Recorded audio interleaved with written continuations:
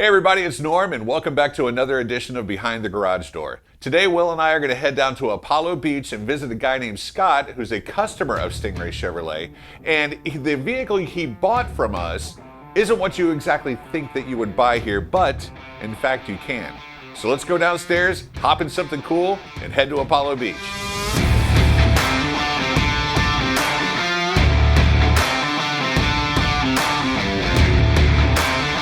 So Will and I always like to take something cool whenever we go shoot an episode of Behind the Garage Door. As you can see, we've got a bunch of C7s available for you. So for us, we're also going to hop into C7 and head south.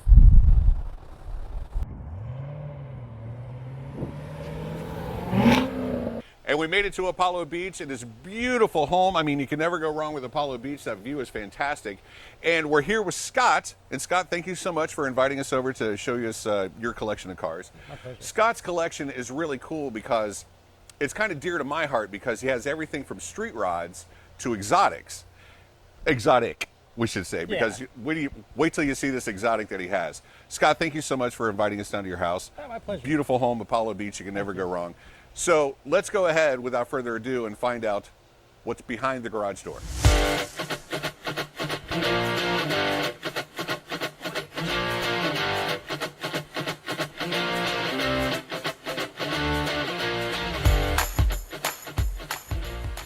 All right, now this is the beginning of the tour of Scott's garage. First of all, Scott, the garage itself is fantastic, man cave-ish, if you will. It's coming along, I appreciate it. Everything from the floor, got the TV over in the corner, and the cars that we're going to talk about today.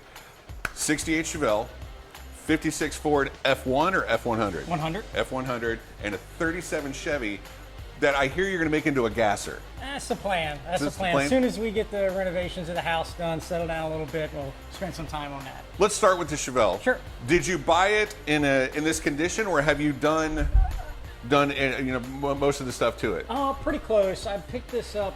I'm a retired Army guy. I retired in early 2009. I had a 68 years ago, and always near and dear to my heart. I love the 68 Chevelle. It's probably my favorite Chevelle. Body lines, it's just clean and simple. So when I retired and I was looking for another Chevelle, had to be a big block, had to be a 4-speed. I came across this, and a guy owned it in South Tampa. And I called him and I said, hey, I'd like to come look at the car. And he said, where are you? And I said, I live over in Brandon at the time. And he goes, oh yeah, great, come on over. He said, everybody's calling us Texas or California. And I went over, and I mean, the paint was flawless. It was just a really, really well-maintained car. Had a little bit of a neat history. Was on an episode of Two Guys Garage at one point. And it was in a Krager ad in a Super Chevy magazine in '96. I got the episode, or the copy of it around here somewhere. The only thing I've really done to it is I pulled the motor out once, freshened it up, put an electric fan, and that's about it. I mean, just kind of went through the motor one time. It's a factory 4-speed car. It's got SSBC brakes all the way around. It's got a crate motor in it now. It's a 454, 425 horse. Long tube headers, Barry Grant Demon Carb, MSD. I had the original motor sitting in that room, completely rebuilt, just kind of on display in the corner. No plans of putting it back in there anytime soon. I'm going to drive it, enjoy it, and air conditioning, you got to have that. Got to have it in Florida. But just a fun car, just a really fun car. So did you buy it straight from? Did you buy the engine straight from GM, or did you get it from somebody else? Actually, well, the guy I bought it from had dropped it in already. But he had the original motor. The original motor came with it, and that was important, Very right? important. I mean, obviously, you lose a lot of value with the car by not having that. It did need rebuilt. When I bought it, kind of took a little bit of a gamble. The gentleman told me, it's rebuildable, and without going through it or having somebody go through it, I took a gamble and I bought it. And I just had it freshened up last year. As a matter of fact, it was sitting in the corner of my garage for years. We made the move down here, and I really got kind of aggressive trying to get we did the floors, and I did the lighting in here, and I ran electric, and still a lot to do, but it's come along, come a long way. But yeah, so like I said, I had this thing a few years, motor started making a noise, I pulled it out, we went through it, and dropped it back in, and just a great driver. Had it out last weekend. Just fun car. Fun car. Fantastic. Got a big cam in it. A little bit of a lump to it. Yeah, we'll fire it up for you. We'll fire it up. We'll fire it. Let's talk about. I love. My mom had a '69 Chevelle when I was a kid. Okay. And so the '68, '69 Chevelles are always, dear to me. So this is a beautiful, beautiful example. I mean, it's laser straight down the sides. The Kragers, this dude, you can never go wrong with a set of Kragers. And those aren't the 15-inch Kragers either, are they? 15's front, 16's back. 16's in the back. I hadn't seen the front ones yet, but this is a fantastic car. White interior, black car. Is this all how it came from the factory, or do you know? No. Somebody, a guy in Orlando, painted it in 2009, 2010. I have the paperwork here. The car was grotto blue with a white vinyl top from the factory, which, that's a pretty color combination. I would have liked to seen it. Maybe someday down the road we set it back to original. But, take it back. Did it come with a white interior as well, or do you know? Did it? Yeah. It's a beautiful car. Thank you. Fantastic car.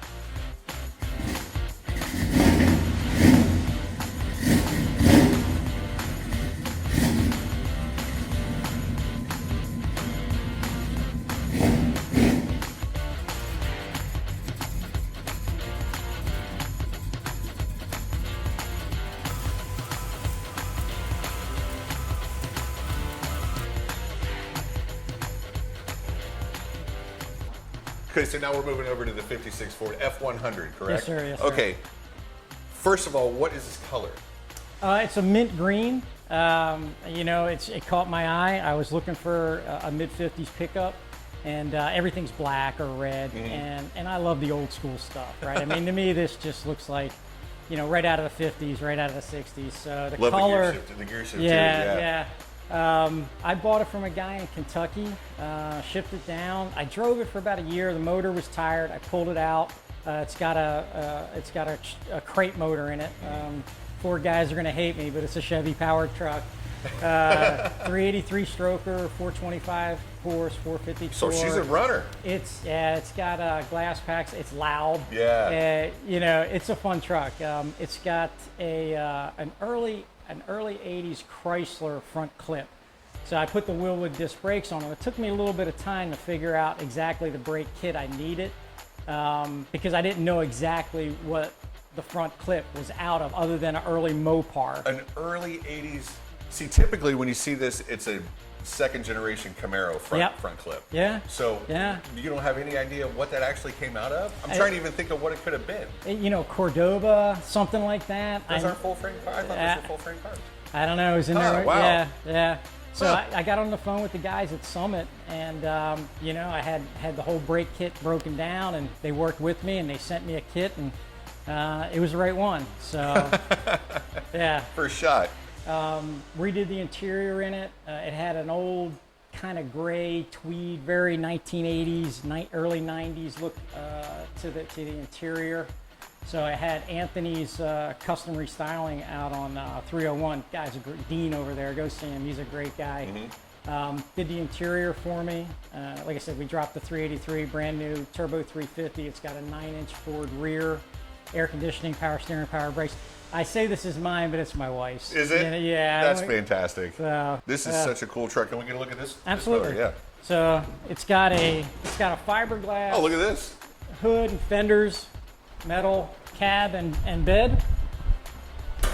But actually, I have my wife and my father, who I just lost last month, unfortunately. Sorry to hear that. Yeah, me too. He was the reason I'm into cars is because of Dad. Same. Same. So it was tough losing him last month, and it's going to be a long road. He had a 40 Ford coupe. That my dad has a 40 Ford coupe. Yeah. He bought it when I was 5 years old, and he still has it. Well, that was always kind of his dream car. I actually dropped the motor in that for him about 2 years ago. His health was getting bad.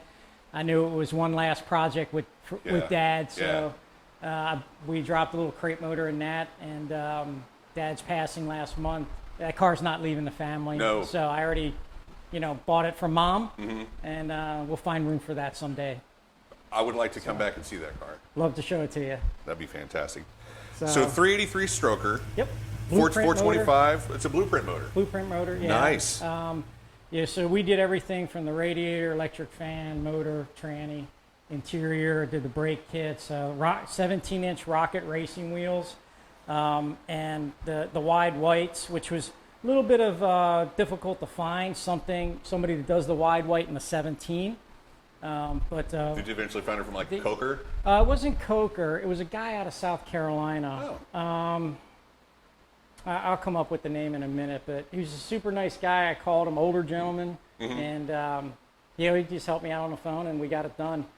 But I got pictures. My wife was out here helping me drop this in, and Dad was here. This was about 5 years ago. We put this motor in, so just a fun truck, really is. Very cool.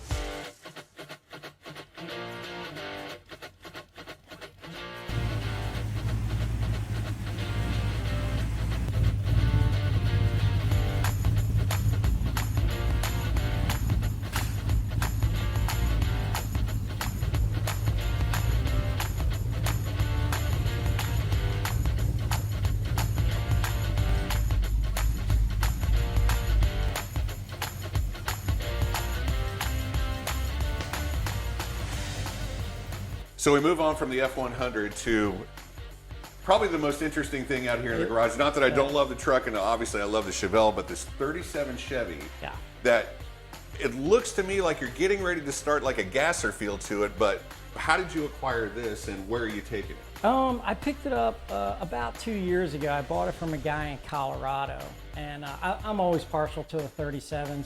Dad had a 37 gasser that he used to race when I was a kid. I got a cool picture of him. I got this really cool picture of him, early 60s, standing beside his 37. So I'm going to try to recreate a little side-by-side with that, with mine. But we'll get to that. But I always loved the 37s. The grill, the 38's a little bit different the way it runs horizontal versus vertical. And I just think the 37 is just everybody loves the 40 wheelies, right? Love to have one, they're cool. But the 37 for me is always a little partial, probably because Dad had one around the house when we were growing up. But I came across this after searching for about a year. Everybody wants a lot, the market today. Everybody's stuff is gold, your stuff is crap, right? It is I know what I got. right, we've all heard it. Yeah. But this guy was easy to work with. I think I got a pretty good deal on the car. It's runs, it's tags, it's title, we drive it. It's got a little 283 out of a 65 Malibu. Really? Trips on it, 3 2-barrel carburetors, Fenton intake, power glide transmission. Not a lot to it, very, very simple car.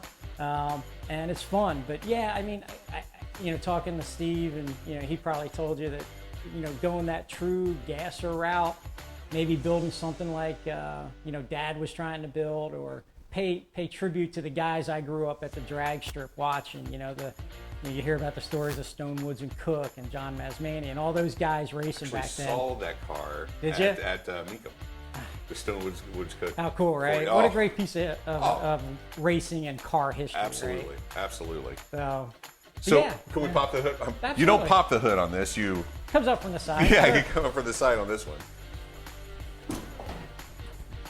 Drop this guy down. Ram horn manifolds. Yeah. Corvette valve covers. This is a literal throwback. It's a survivor, Wow. And that's kind of, just to pay tribute to the car. I don't want to go. Part of me doesn't want to go too extensive. Like, maybe you go through the motor, you make it a little bit more of a hot rod. But it's period correct. It's it'd be a shame to do too much to it, I think. It would, and but on the other flip side of the coin, you can't fire a car up like this and have it go blah blah blah blah blah blah. It's got to be rowdy. This is a mild car right now. Yeah. It really is. Body's rock solid. All steel. The fenders are a little lumpy, as you would expect. They took a toll over the years, but it's an all steel car. I haven't found any Bondo in it yet. It's it's just a really solid, good starter project, and I'm having fun driving it from time to time. Heck yeah. Interior is all just. It's pretty simple. just a nice little set of buckets, no door panels, got chrome trim around. Yep. It's got the neat little part is the tachometer there. From the history I could find on it, That's son made it an antique. early 60s. It looked like it ran 60, 61, 62. And you can find a lot of them that are the 8,000 RPM, but finding one that's a 10,000 is kind of difficult. That anyway, is a 10,000 RPM tag. Yeah. Holy wow. When I bought the car, it didn't work. I sent it off to a guy, Williamson's. He does, repair all tachometers, and he kind of puts new electronics in them. A couple $100, and got it back, and it works great. That's fantastic. Yeah. What a cool car. This one is the one that I thought was going to hit close to home to me, just because the street rods that I grew up with. My dad's 40. This is. We'll get cool. it. It's fun. Like I said, cool. we'll see where it goes. Give me a year or two, and then we'll take another look. Come back. Yes, all right.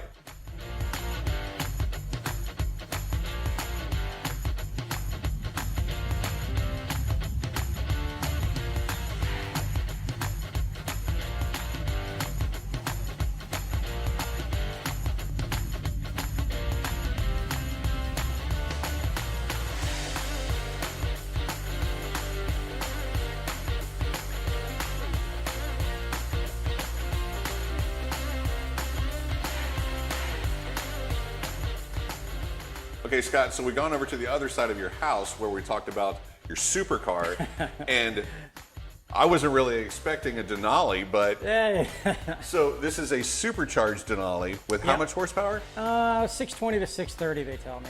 630 horsepower grocery getter. How about that? Yeah. All right, we're just kidding.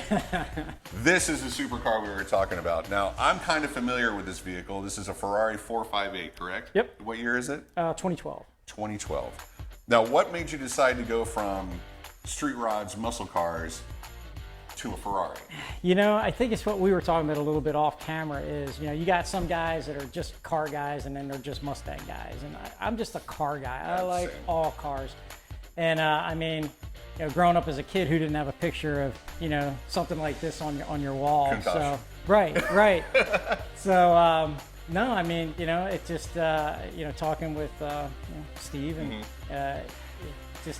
it was a great deal. He made me too good of a price to walk away from, and how could you not? It's just the way this car was done with the wheels and the way it's lowered and the way it sounds and everything else. I was always super fond of this car, and glad it ended up with somebody cool that appreciates it. Yeah, I found a little bit of history on this one. I found out after I bought it. I was telling Steve, as a guy came to me and goes, "Hey, do you know that car was on Ballers, the HBO series, the first year?" And he sent me some pictures of it, and so it's a little bit of a history. I don't think it has any value, but it's kind of cool that it was on a TV show. So you've got a Ferrari that was on TV, you've got a Chevelle that was in Krager ads, and what else? Yeah. And on Two Guys Garage when it was Garage. filmed in Tampa. So you got some substantial metal out here. It wasn't by design. It just kind of happened that way. After the fact. Oh yeah, by the way. Yeah, by the way. So I'm assuming that you get this thing out and run it occasionally. Yeah, I drive it all the time. It's fun. It's different. You go out in something like this versus you go out in something like the old cars. We take the truck or the Chevelle. Everybody wants to come up and take pictures and hey, tell me a little bit about the car. But you drive something like this, it's a little bit different. It's people are either going to be like, oh wow, I'd be like, yeah. Yeah.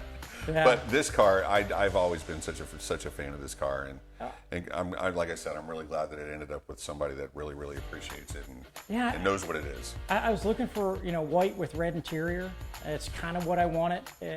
I actually found one from the dealership in South Florida, and I had a deposit on the car, and I drove down, took the day off, 4.5 hours down, and I got there, and the guy says, shows me the car, and they're going to bring it around. And next thing you know, hey, that car's sold. I'm like, you kidding me, right? So, but things happen for a reason. They do. So, that car went away. This one kind of fell in my lap, and Steve made me a great deal on it. Made you an offer you couldn't refuse? Couldn't refuse it. He's a good sales guy. He is. Steve's the best. He is. So there's Scott's collection. We are in Apollo Beach. And Scott, I have to ask you, is there a question about any of your cars that I didn't ask that you wanted me to ask? No, I can't think of anything. Pretty much hit everything? Yeah, okay, yes. Good. Yes, all right, fantastic. I'm getting a little bit better at my job as we go. 68 Chevelle, big block 4-speed, 56 Ford F100. Is it a 4-speed? It's an automatic. Automatic. With a 383 stroker in Yes, it. sir. The 37 Chevy with a 283 in it that's maybe eventually going to be a gasser. And then, of course, the Ferrari 458 over on the other side. Scott, thank you so much for your My time pleasure. and Thank you. sharing with Yes, us sir. what's behind your garage door. All right, what a fantastic trip down to Scott's house. What a beautiful home he has right there in Apollo Beach, right on the bay, and what a great collection of cars. His cars really hit home for me. The relationship I have with the Chevelle and with the old cars with my parents. My mom had the 69, my dad's got the 40 Ford Coupe. Scott's dad had a 40 Ford Coupe as well. His 458 Ferrari, what a fantastic collection. Make sure you subscribe to our YouTube channel. Hit us up in the comments. What were your favorite cars that Scott had? And make sure you check back. Every Thursday, there will be a new episode of Behind the Garage Door, so make sure you check back. Stingray Chevrolet, relax, enjoy the difference.